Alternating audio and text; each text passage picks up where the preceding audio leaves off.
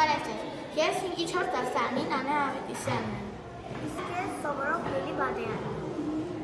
Մենք այսօր ընթերցանության ժամանակ ենք, ես օրինակ կարդացել եմ Լինա Ջոն Տակաթա Օդլին, արտակարգույն օդը գիրքը, իսկ Լինին կարդացել ենք Քորոլայն գիրքը։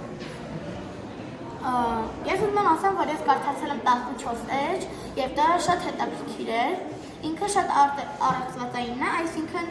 ես կարդացել եմ 128-ից 142 էջը։ Շատ հետաքրքիր առեղծվածային պատմություն է, բացահայտում է Շեյլայի և իր մայրիկի մահացած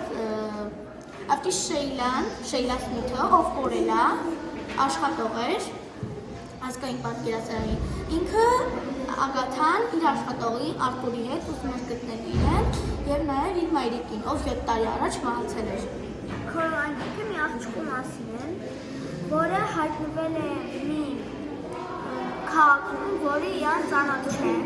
և նա դուրս է եկել, որ նա ուսումնասիրի, որտեղ իր հայրիկը և մայրիկը ոնց որ ուրիշ երկիր են գրասիրի, իր հայրիկն ու մայրիկը ուրիշ մարդիկ են, և ամեն ինչ ոնց որ աշխարհը հակառակ է, կատուն խոսում է, շունը խոսում է, ամեն ինչ հակառակ է այս աշխարհում, և նա ուզում է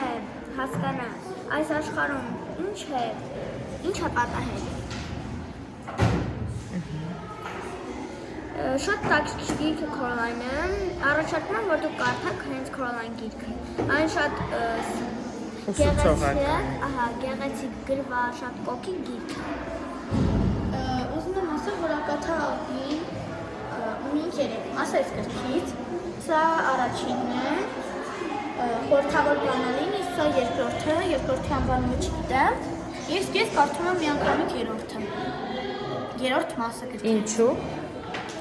Դե քանի որ իմ ընկերուհին չգիտեր, որ ես այդ գիրքին ծանոթ չէի, Ժաննան իմ դնուդի միանգամից սա նվիրեց։ Կարդում ես, բայց քեզ հասկանալի է, իսկ խորհուրդ կտաս, որ ընկերներդ կարդան։ Այո։ Ինչու՞։ Որովհետև ինքը առեղծվածային է, մեծ փոքր երեխեքի, ասենք 10-ից հետո